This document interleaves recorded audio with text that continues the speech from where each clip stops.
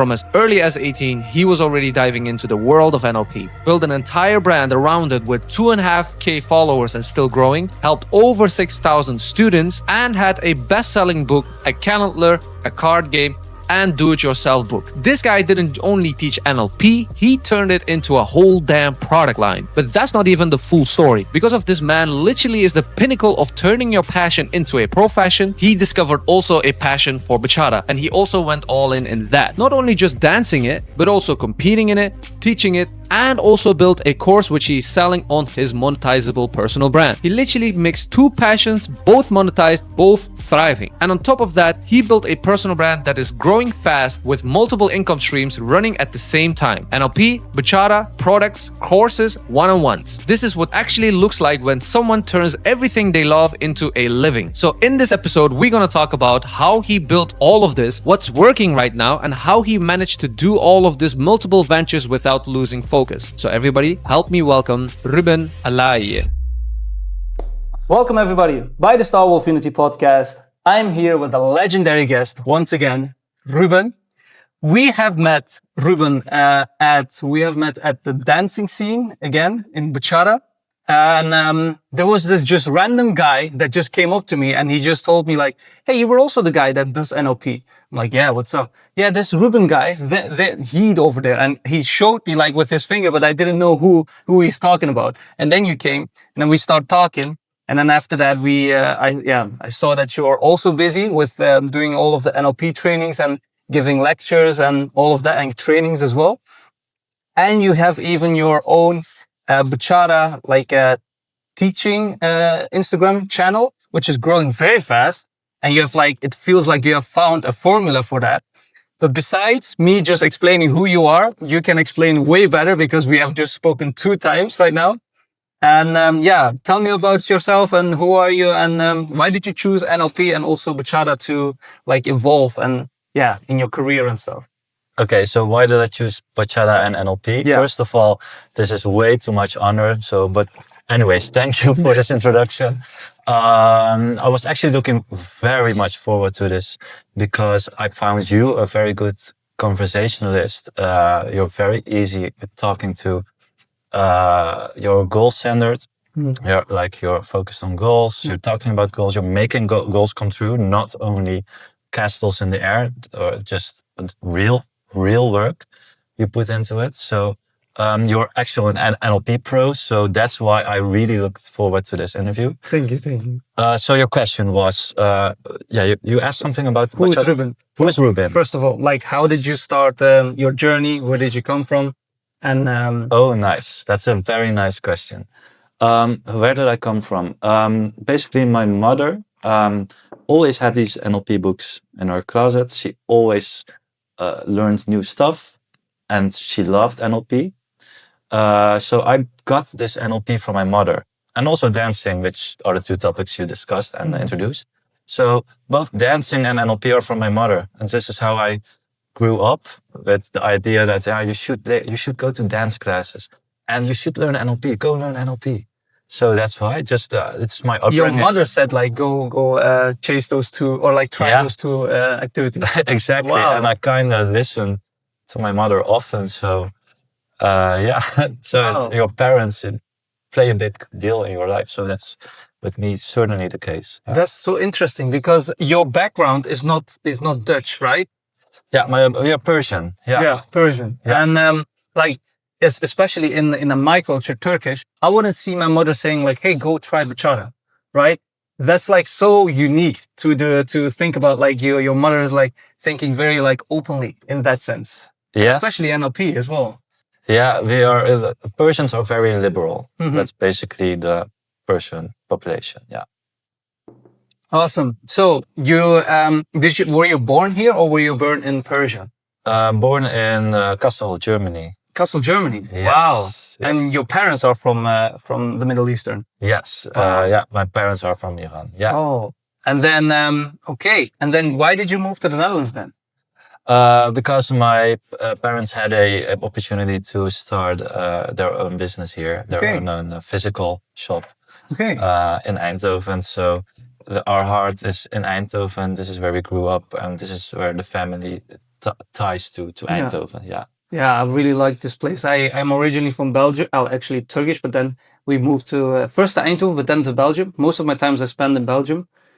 It was not to like write home about. And when I moved to Eindhoven, like just 3 months now, and it's my whole life changed, especially in the bachata scene. Like, you just meet like-minded people, just like you as well, right? It's so coincidental, but like the same way not. I'm always happy to meet people who actually love Eindhoven too. So it always gives me a warm feeling inside. Yeah, it's a city that like accepts, especially foreigners, in my opinion. What I noticed as well, and especially in Belgium, with the place that I grew up, wasn't necessarily like the friendliest. And when I moved to Eindhoven, it's just whole game changed for me. Yeah, the thing about Eindhoven is first this. It's acceptance. It's a very liberal city. It's it's an extreme city. It's full of extremes, like extremely creative people, extremely successful people, extremely autistic people. It's like the number one autism dense city of the world. It's the number one city of engineers. So it's full of extremes, which I like. Yeah. I get what you're saying. Yeah, I can see that because I started to always notice like these people that go like either way to like people on the streets, so to say, and also people that are very like doing well and trying different things and like doing something on the street and to like build something up.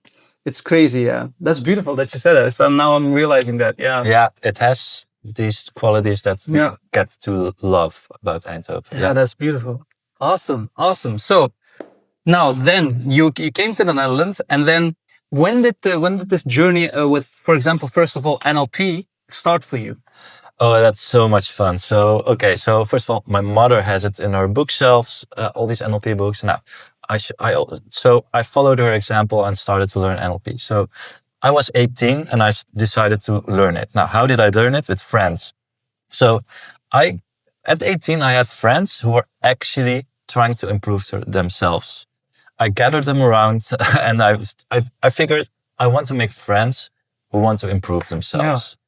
So I got with a group of 5 friends, and this was the time of my life because after school, after university, we hired a room, or we just sneaked into a room, and we had our laptops and a beamer, and we downloaded it with torrenting. Torrent. Torrent downloaded. So illegally downloaded the whole NLP practitioner training, from America, and a master practitioner. We viewed it on a big screen with our 5 friends. They were 18, 19, 20 years old. And we watched it, we saw them do the exercise, and then we did the exercise with our 5 friends together. Whoa. And this is how we learned NLP at 18, 19 years old. We learned how to like hypnotize each other and coach each other and do all the NLP techniques. And this is the way I learned the most. Later, I decided to also get the formal official NLP education and training in America and here in the Netherlands. But there, I learned way less, much less than with friends by ourselves who are actually internally motivated to learn something. Because when you go to a training with teachers, there's a teacher and it's external motivation. So I recommend anyone who wants to start at NLP, just get, for example, my book, do the exercises with your friends. You will learn way more than paying for a big course, 3,000 euros and sitting in a classroom. That's so funny that you said that because I am also a learner that I have to do physically, right? And just like listening to almost not always is like a lecture, especially when I was going to the practitioner and then the master and then also the trainer's one. I did 3. I also realized like when I was sitting in the lecture, it just bored me. Like even it's like theory, but it wasn't interactive enough, something like that. And I noticed that. And it's a crazy idea what you all have here. And I want to also talk about what you have here because it's just not, I just thought you had just maybe 1 book. No, man, you have like 4 books now and a calendar and then like, what is it? Almost 10 from the car playing games. And then this is also do-it-yourself book. Like, also talk about this like, Where did you come up with this time that you invested, and how did you find the time, and why all of this? Yeah, so you're all about entrepreneurship, I guess. Yeah, true. I know from what I see of you. So this is an entrepreneurial question. So your question was, how do you get the time to create so much products or services or what it is? Yeah. So I also made a lot of courses, books, games, coach cards, goal planner, calendar, and so your question is how do you get the time? Yeah. Before that, you also asked another question, and I forgot that. Like, what are all these? What we are seeing here? Yeah. So this is an NLP principle. The NLP principle is don't go for mediocre goals. This is not one of the main NLP principles. This is one of the NLP principles of goal setting. So when you set a goal, like I want to make a business, you have like 10 NLP rules for how to formulate a goal. Now, one of these NLP rules is don't make it a mediocre goal. So don't make it like, I hopefully finally someday will maybe make an ebook and give it for free to my friends. Or finally someday I will sign up for my local drama classes because I want to learn drama. That's not a big goal. A big goal is I want to be on Broadway on a stage. Exactly. So make your goal big also for entrepreneurial goals, like which is your focus with your business. You help people with entrepreneurship. Think big, make big goals. Don't make a goal to make just one book. Make a goal to have a whole portfolio of products. So a whole assortment of products. So you can actually have a real business, make more turnover, more profits, help more people. I'm now talking in entrepreneurial terms, so turnover, profits. Actually, I want to help more people, reach more people, put something of yourself into the world. So make it big. That's it. Yeah. And like I can imagine someone that is like just, for example, doing NLP or just doing anything for that matter, just so that either they like it a bit, but not enough to do all of this, right? Like this looks almost, you can only do, in my opinion, you can only do these much, create these much of elements and products if you truly love what you're doing. Like if you truly stand behind what you're doing. Most people, what I notice, especially when I'm coaching them, it's like they are putting almost sometimes 70, sometimes 80, but I don't think like you can just go to a normal part-time job and then just do your work and then come home and then still have the energy to do all of this and make all of this if you're just doing it just to get by. Exactly. That's one of the other rules of goal setting with NLP. Is what you just said. So you have to do it for yourself, because you want it and know why you want it. So that's indeed another rule of setting a goal. What was your why then? So why would I want to do this is, first, I wanted to reach a lot of people. Second, I wanted to actually spread the news about NLP because I thought this is gold in my hands. I need to spread this into the world. I need to make it fun. I need to make people enthusiastic for it. So I decided to make a book. This is my why for this goal. I decided to make it funny. So I decided to put it into fun together with my friend Koen Aan, which is my high school friend. I decided to make it funny and teach NLP in a funny way. Like cartoons and stuff and drawings and stuff. Yes, so people get more enthusiastic about it. This is my why of why I wanted to do what I do and create the content or products or services that I have. My courses, online courses, are also very funny. So I teach NLP in a funny way. It's full of real life references and examples that are really funny, and this is a funny way to learn NLP. Wow. Yeah.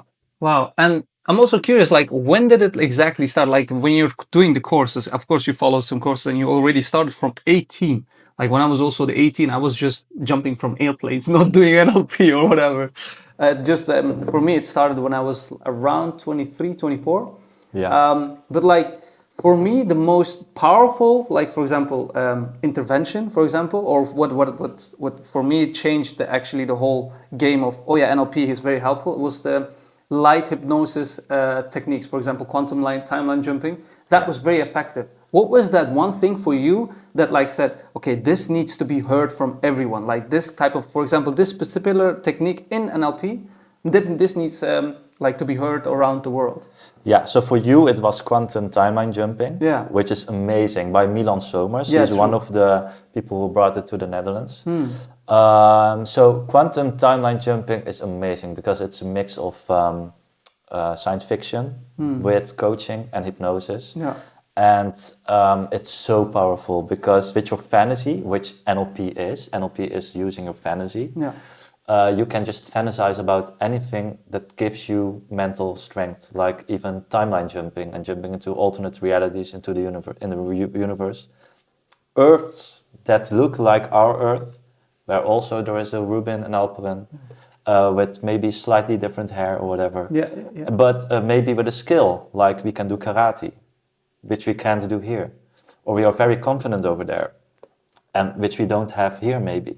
So we can tap into that confidence of that version of Alperen and Rubin, which is the metaphor of the best version of yourself, comes from this multiverse metaphor of quantum timeline jumping and getting a version out there who knows how to do karate and is very confident or creative, and tap into that creativity and download it to this world.